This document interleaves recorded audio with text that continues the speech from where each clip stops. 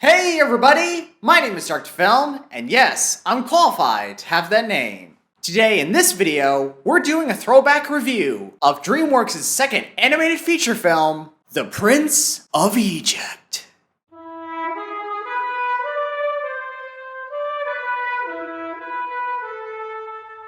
Based on the Book of Exodus, this is an animated musical drama film that follows the life of Moses. As always, if you're new to the channel, please subscribe for reviews and more. And so, without further ado, let us begin our classic review of... Whoa! Hold on a second there, buddy. No. We're not doing that movie. That movie is... Let's get started. Cast and characters. Much like the first film Ants, this movie has many famous actors, such as Sandra Bullock, Michelle Pfeiffer, Jeff Goldblum, Patrick Stewart, and even Danny Glover, who previously voiced the character Barbados in the movie Ants. But first, I want to talk about our main protagonist, Moses, voiced by Val Kilmer. And I thought he was perfect as Moses. This character was pleasant and memorable. And when Moses discovers his true origins and where he comes from that point on, Val Kilmer shines in this film. From his voice acting, you can feel his wide range of emotions as he journeys to free the Hebrews, the children of God. And honestly, I can't think of any other actor to replace him. He was just perfect. As for the rest of the cast, I think these actors did well with their voice performances. Heck, they did a much better job than the other cast in Ants. You see, in the film Ants, because the actors had very distinct voices, it was hard to see the characters as the characters, rather than seeing them as the actors. But in here, you don't see the characters as the actors. You only see the characters they're portraying. I didn't even know Sandra Bullock was voicing Miriam before I searched it up on Google, and that's saying something.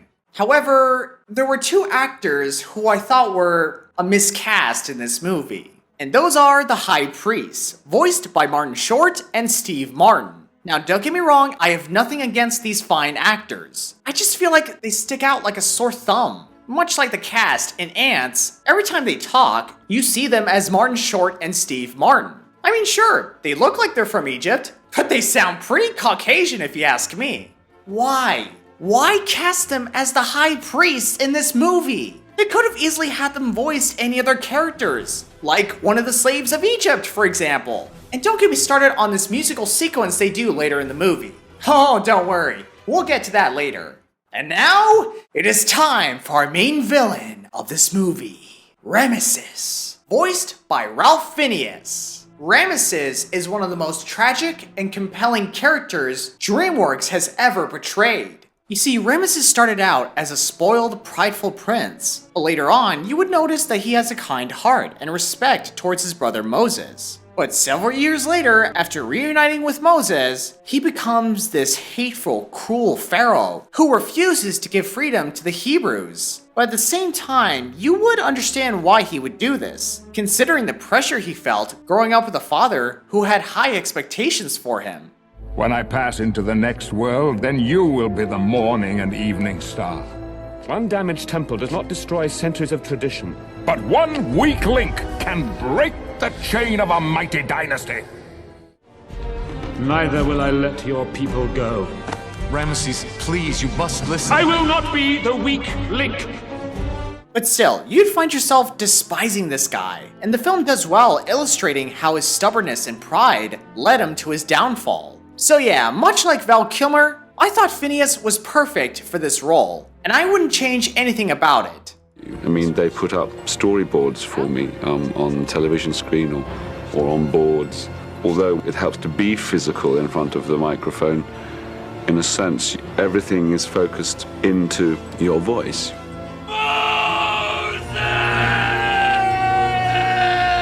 Alright, let's move on to our next category of this review.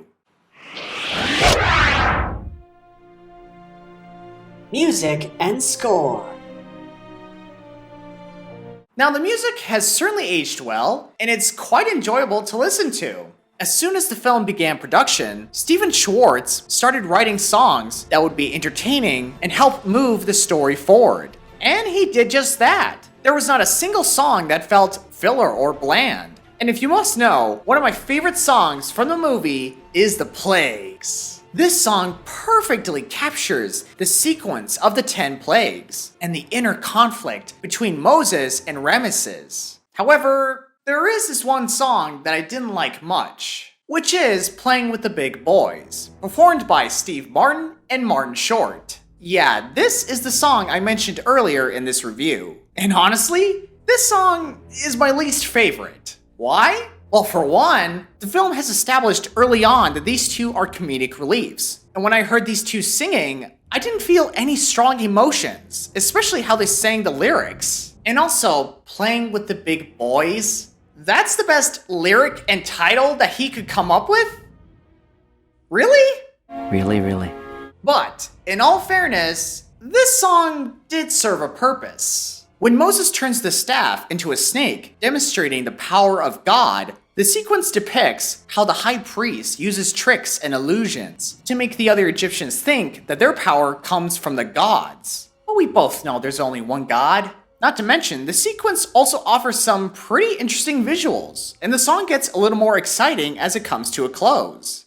By the might of Horus, you will kneel before us, kneel to our splendorous power. In short, the song wasn't bad, but it could have been better. Also, if you must know, the film score was composed by Hans Zimmer, and his work was a freaking plus. For example, The Burning Bush.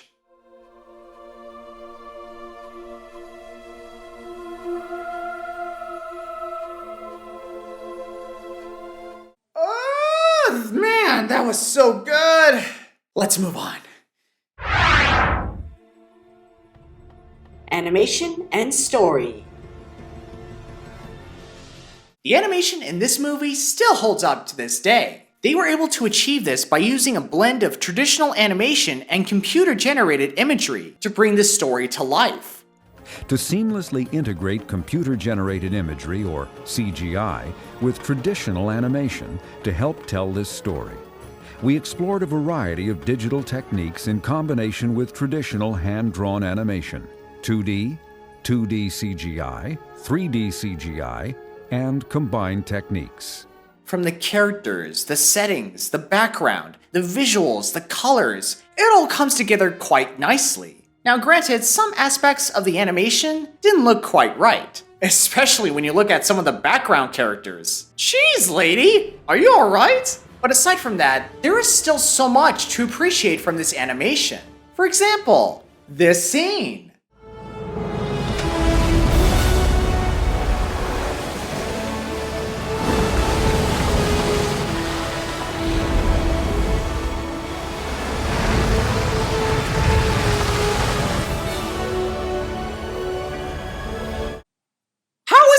So underrated!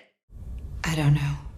Now let's take a look at the story. The filmmakers did so well showcasing the events from the book of Exodus. And the film also did well showcasing God's love for his people. And you would invest yourselves in the emotional journey Moses takes to free his people. Although, there are some minor inaccuracies in the plot and some of the characters. For instance, remember the 10 plagues sequence, where one of the plagues was the flaming meteorites? Well, in the book of Exodus, chapter 9, it was hailstones that was one of the 10 plagues, not meteorites. I mean, they look cool in the movie, but that's not exactly what happened. Another example of inaccuracy would be Ramesses. In the movie, when Moses and the others cross safely through the Red Sea, Ramesses is left all alone with no army. But the Bible says otherwise. When you take a look at Exodus chapter 15 verse 19, when Pharaoh's horses, chariots, and horsemen went into the sea, the Lord brought the waters out of the sea back over them, but the Israelites walked through the sea on dry ground. In short, my friends, Ramesses was supposed to die at the end of this movie. And even if you're not fully aware of this chapter, you know just by watching the scene that someone like Ramesses wouldn't survive this. Regardless, I still thought the film stayed true to the book of Exodus, despite some of the changes they've made. And when you think about it, the story could have been worse. Like this movie, for instance. yourselves!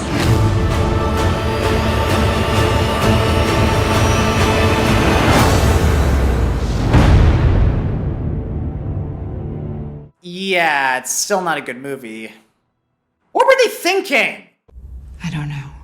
Overall, my friends, this movie is, in my opinion, the best animated DreamWorks film they have ever made. What more do you want me to say? Everything in this film was at its peak. From the characters, the voice acting, the animation, the visuals, the music, the score, the story, all of it was done so well by the people who put the extra effort into this movie. But still, like most movies, it's got some flaws. Some elements in the animation didn't age well, the choice to cast these two actors to voice the High Priest was odd, and the story isn't exactly 100% accurate to the original story in the Bible. But despite all that, it didn't take me away from this emotional experience. Man, it's astounding to think that this is DreamWorks' second animated film released in the same year, months after the release of Ants. And when you think about it, they could have easily made another movie similar to what they did with Ants, but they didn't. Instead, they made a bold risk to adapt the Book of Exodus, a film that no one was expecting to see. And look how this film turned out. And even though we're in the age of modern animated movies, I think this film deserves a chance to be watched and appreciated. After all, this film delivered a promising tale that no one will forget for a long time. Guys, I can go on and on about how great this film is, but I would like to know what your thoughts are on this film. I give The Prince of Egypt a 10 out of 10! Woo! That's the end of my classic review. I hope you enjoyed it. If you did, please leave a like, and please follow me on Instagram for updates on my channel. And you can also follow me on TikTok for trailer reactions, funny videos, you name it. And as always, I will see you guys at our next appointment.